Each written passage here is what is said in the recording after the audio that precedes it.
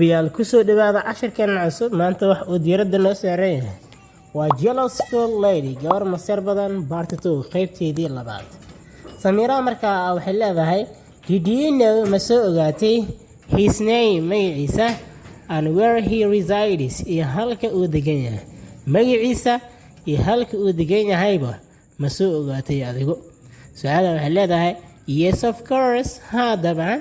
yes of course ha daban His name magaciisa is the most beautiful name waa magaca ugu quruxda badan of the global dunida magaciisa waa magaca ugu quruxda badan dunida and he resides wuxuuna degan yahay near our school iskuulkeena agtiisa ayuu degan yahay oo nagama fogo isagu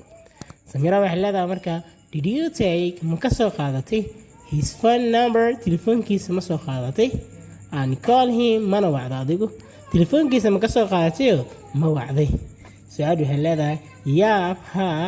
I have given him waxaan siiyay isagu my phone number telefoonkayga ayaan siiyay and two waxaan ka soo qaatay his keys ayaan ka soo qaatay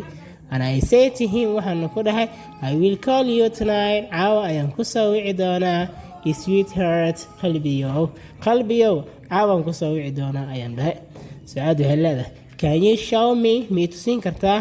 his phone number telephone number gives me to phone me to sin kartaa and what did you save it maxaadna ku save gareysatay ma to sin kartaa horta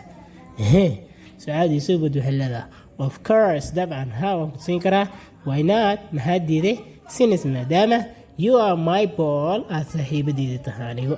waa tahay saaxiibadii aad ka hesho muuqaalka like saar sidaas la mid ah haddii aad ka cusub tahay channelkuna subscribe saar waxaan saaranayaa wadadii aan ku tagi lahayn 1K subscribers, that's it.